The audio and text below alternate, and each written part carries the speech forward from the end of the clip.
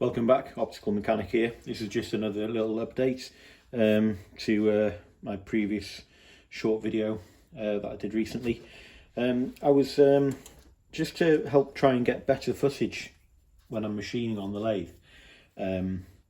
I thought I'd try and make something that would help me to get closer into where the action is, to make the videos look a bit more interesting and a bit more detailed, plus to avoid tripping over the tripod and it getting in the way. It's always a pain because you've got to reach around it and you can't really see what you're doing, and you can't use the machine properly because you've got, that's why it probably looks a bit awkward, because it is.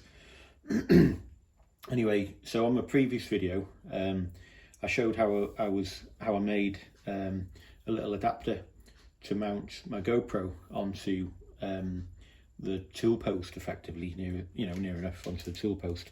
That was using my clock stand here. So and it was just a bit of a pain having to share this between my 10 micron dial gauge and the camera. So it kind of proved the concept, and it seems to be working okay. I'll see over time how to configure it properly, but I thought I'd try and do something a bit better, really. So what I did was I machined up this little stud. It's a bit chewed up here because I've had the mole grips on it.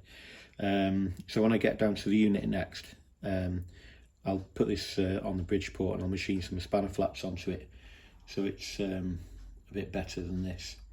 So what this is, it's just a piece of stainless, and it's about 11 millimeters diameter. It's got an M6 thread on it, and this goes down through the fixed tool post mount, and then it screws into the T-nut, which is obviously in the T slot, and so that nips down and takes the place of an M6 cap screw, which normally is in that position.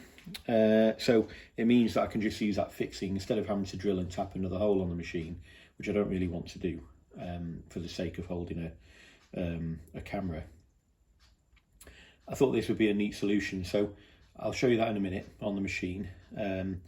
What I've bought to go with it is this little arm. So it's kind of like a dial gauge arm. So it's got articulation that way. It's got ball joints on either end, and it's got the quarter UNC threads on with a lock nut on. So that's what I'm going to use. I'm going to mount that up on, so that will screw into the end here, which then screws down. This screws down onto the machine first, and then I attach this little arm. And this is it's made by Small Rig. I bought it for about, I don't know, 10 or 15 quid off Amazon. It's not bad for the money, to be fair. It's pretty good.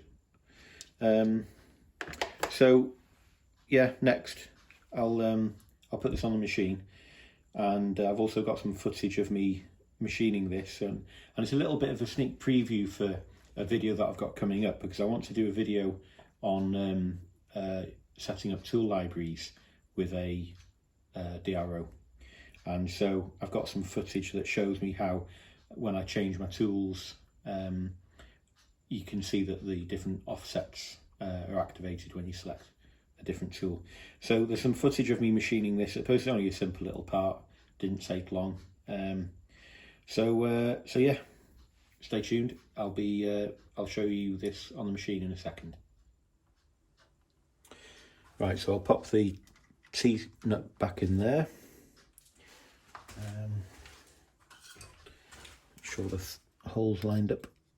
There we go. I'll just wind this in by hand.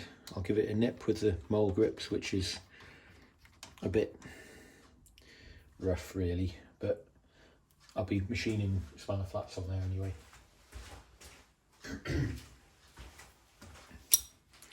Reach around the tripod.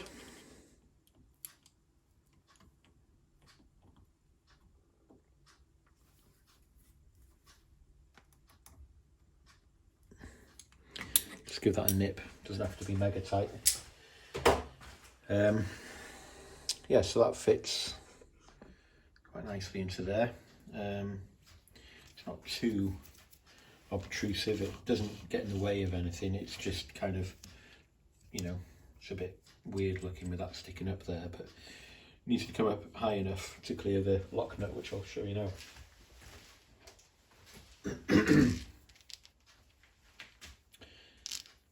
Right, so let's wind this in, put that up there, just nip that.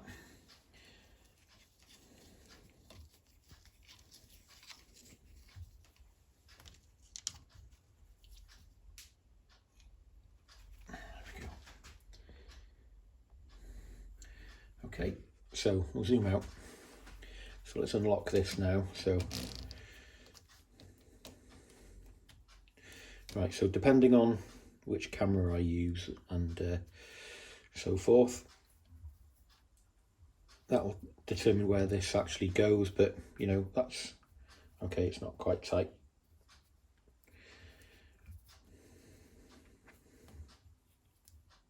Doesn't have to be mega tight. It's not like it's a part of the machine or anything, but this stud wants to be tight in there, and by tight I mean just torque to, I don't know, about 15 to 20 Newton meters, nothing mega.